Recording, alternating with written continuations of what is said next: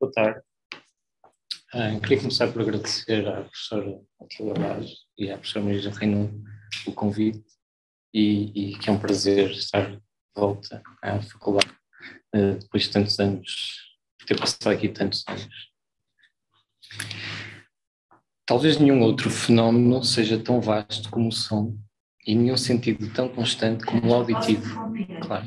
Nós não temos microfone aqui. Não. Então eu queria pedir o enorme esforço para falar um bocadinho mais alto. Vou tentar, não é especialidade. Não consegue ouvir. Não é especialidade, mas vou tentar. Então vou recomeçar. Talvez nenhum outro fenómeno seja tão vasto como o som e nenhum sentido tão constante como o auditivo. Imaterial, quebra todas as barreiras.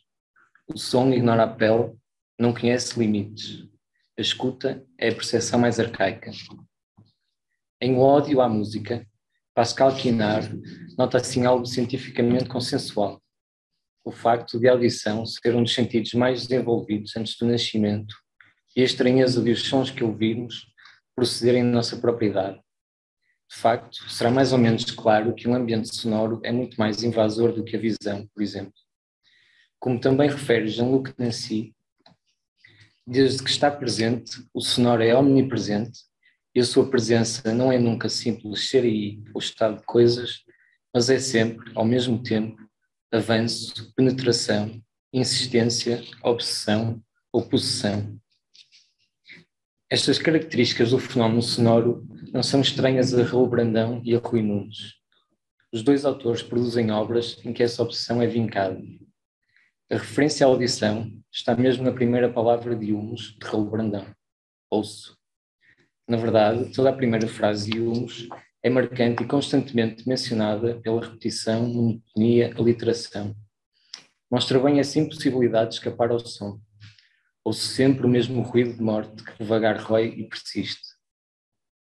De modo semelhante, Rui Nunes repete em vários livros e entrevistas o enorme interesse que o som desperta. Fascínio pelo som, pelos sons.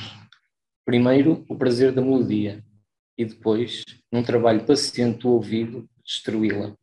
Amar essa destruição. Partir o som como quem interrompe uma frase. Explorar-lhe a intimidade. Estranhamente, o universo sonoro nos livros destes autores sempre encontrou pouco eco nas páginas da bibliografia passiva.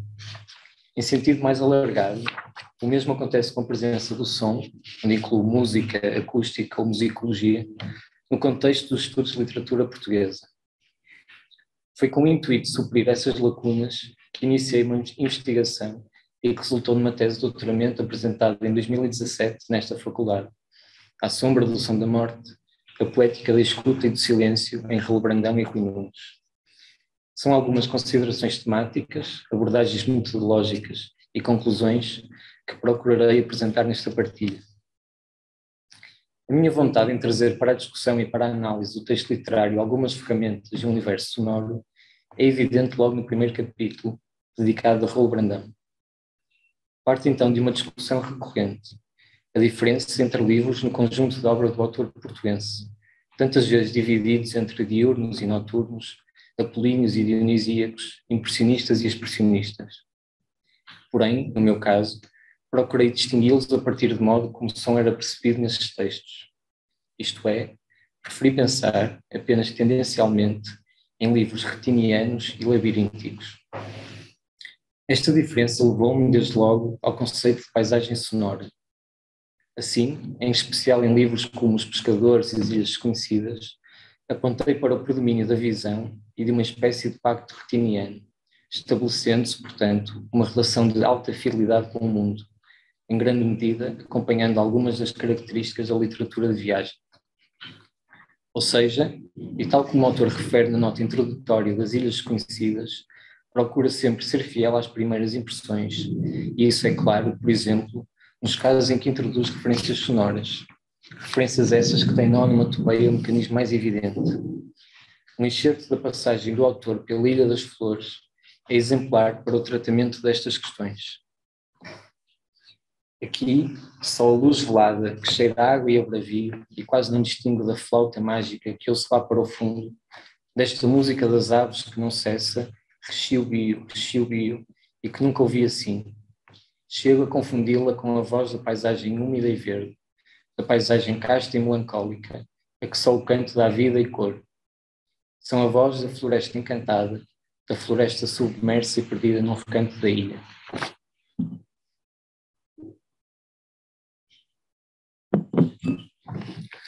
Por outro lado, tentei demonstrar como já é uma relação de baixa fidelidade, aquela que domina as obras que, de um modo geral, a crítica identifica como noturnas, dionisíacas ou expressionistas, com evidente destaque para Humus. Defendia então que, por tendência, essas obras cortam com a supremacia da visão para se apoiarem muito mais em estímulos auditivos que implicam menor fidelidade à origem e em que o autor não procura uma representação literal. Esse frequente corte nas referências visuais levou-me a convocar um outro conceito da acústica e a propor uma leitura acusmática. Entende-se a experiência acusmática como a recepção de um impulso sonoro sem o contacto visual com o fundo que o emite. Desse modo, especialmente em Humus, sobressai uma certa espectralidade do texto através da polifonia e mesmo da presença de um narrador sem traços identificativos. Esta análise vai ao encontro do que Jacques Derrida, em Espectros de Marx, propõe como efeito visor, isto é, a sensação de sermos vistos sem ver. Tal sensação, por motivos diferentes, é comum ao leitor de Humus e às próprias figuras que surgem nesse livro. O primeiro está perante o que designei por narrador acusmático e cria uma estrutura que tem no próprio livro mais uma forma desse visor, isto na medida em que impede a clareza e promove a indecidibilidade face à apreensão de um sentido.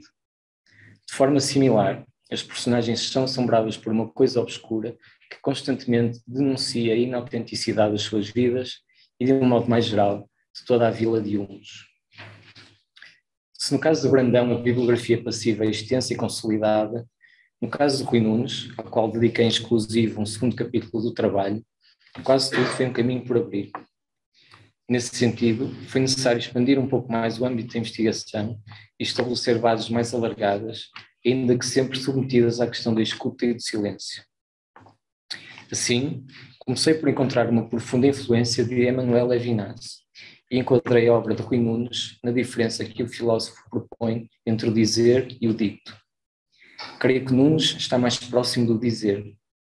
Este é a expressão anterior a toda a tematização, categoria que conduz a uma extrema tensão da linguagem. Essa extrema tensão da linguagem tem desde logo inevitáveis consequências na sintaxe e na composição da página, questão que converge com a emancipação em relação à harmonia que Nunes defende para a literatura e que a música e a pintura já teriam conseguido. Música e pintura compreenderam esse abuso e destruíram as respectivas sintaxes. A literatura, que é a escrita instalada da infâmia, tornou-se um dos últimos redutos desta obscenidade. Ora, em contraste com o dizer levinasiano, o dito implica precisamente o controlo, respeito pelas ordens impostas por uma língua, discurso coerente, comunicação. Desse modo, é uma cedência ao poder da retórica e à narrativa. Para além disso, deixa implícita uma publicidade que Rui Nunes entende ser uma venda pornográfica da literatura enquanto indústria e espetáculo. Propõe ainda a aproximação entre o texto de Rui Nunes e o rosto em Levinas. Este, que não se confunde com a face e que está aquém do ente e do ser, é testemunho, miséria, pobreza, abismo, e a cada passo destrói a sua própria forma. Penso que todas estas características são comuns à escrita nunesiana. Contra o poder, muitas vezes desfeita, vocacionada para o outro, ressonância do silêncio, enigma. Ou seja, o que em princípio é uma questão de estilo ou de estética, na verdade é já uma questão de ética. As duas acabam por ser indistinguíveis. De facto, não é difícil ler esta obra enquanto enigma e a experiência que coloca evidentes obstáculos. Nesse sentido, resiste. E, na oposição entre negatividade e positividade, seguramente está mais próxima da primeira.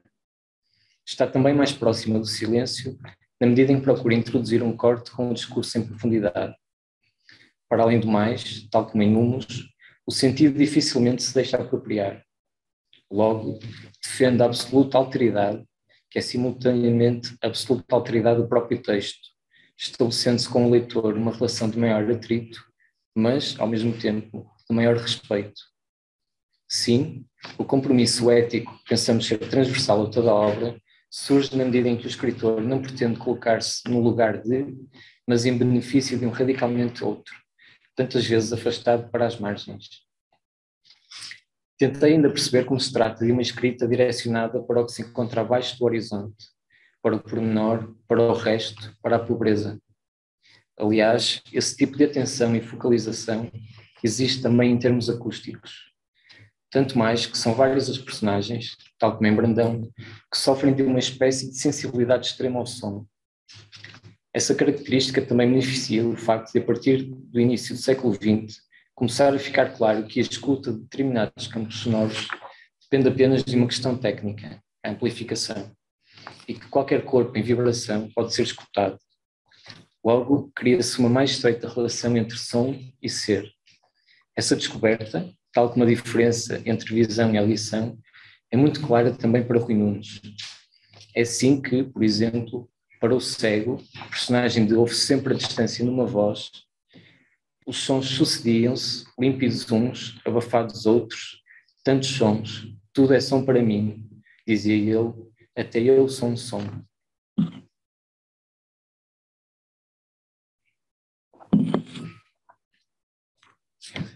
Quanto às características que de modo mais direto permitem cruzar Raul Brandão e Rui Nunes, e compõem o derradeiro capítulo da tese, creio que, em primeiro lugar e de um modo geral, não se tratam de obras harmónicas. O que predomina é a dissonância, a instabilidade. E, voltando a conceitos mais próximos da musicologia e da acústica, dentro do binómio tonalidade a tonalidade, estão mais vinculadas à segunda categoria.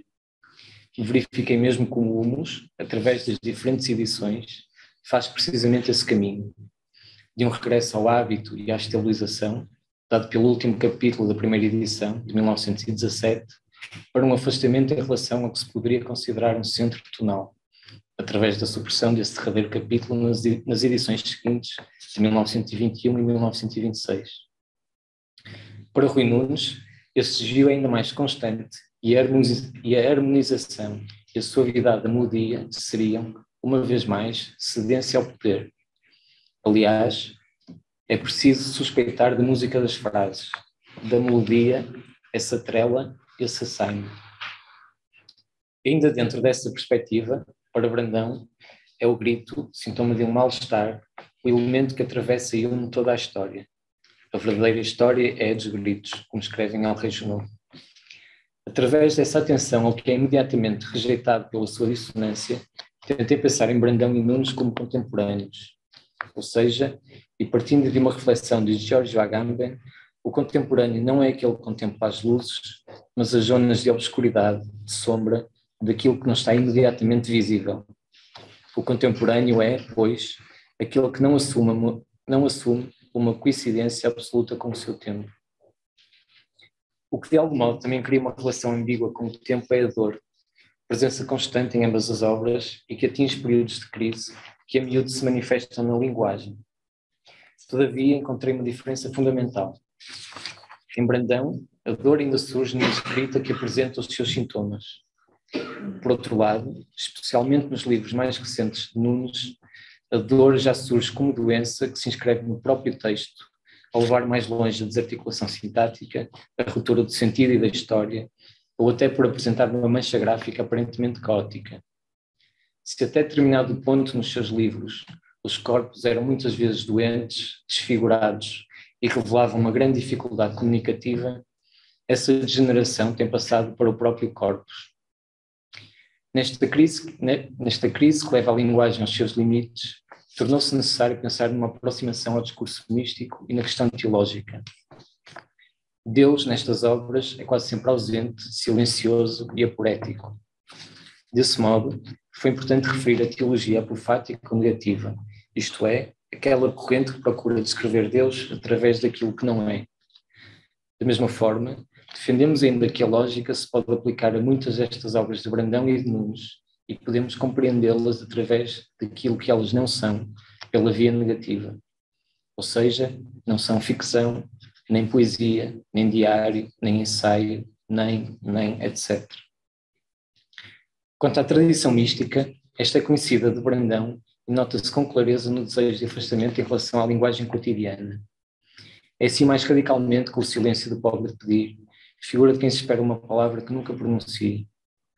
Em Nunes, mesmo que a religião seja claramente criticada, a referência a autores do misticismo cristão é recorrente e deve-se ao mesmo interesse pela rarefação da linguagem, suspensão e despojamento, verificável na vontade constante e explícita de chegar ao osso da escrita.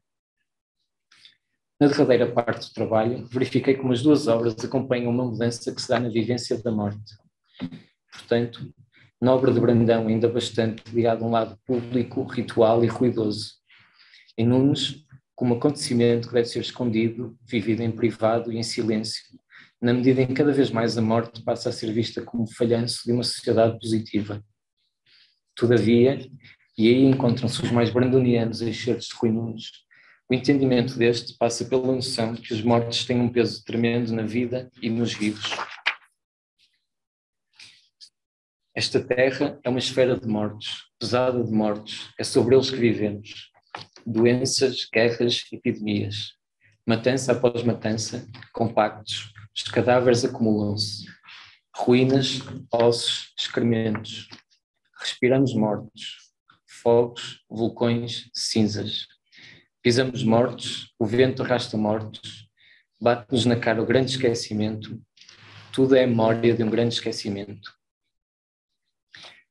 Por fim, é importante referir como a escuta e o silêncio são cada vez mais o que está entre interrupção e resistência a um tipo de comunicação plana e, alguns dirão, exagerada. Creio que livros como Humus ou A Mão do Oleiro, por exemplo, são hoje cada vez mais relevantes pela introdução de valores como o vazio, o atrito ou a negatividade, num mundo que se revela como superabundância de possibilidades, que não raramente redundam em ruído sem profundidade. A paisagem sonora, cuja nota fundamental é dada pela eletrónica, a música ambiente, a informação contínua, mas cada vez mais contraditória. Tudo isto induz por excesso de estímulo um certo relaxamento da escuta. Por sua vez, como o dizer que precede a tematização, o silêncio talvez seja a extrema tensão da escuta. Posso dizer de outra forma, é o mais próximo que estamos da escuta da escuta. É para essa ruptura que os livros de Raul Brandão ou de Rui Nunes remetem hoje.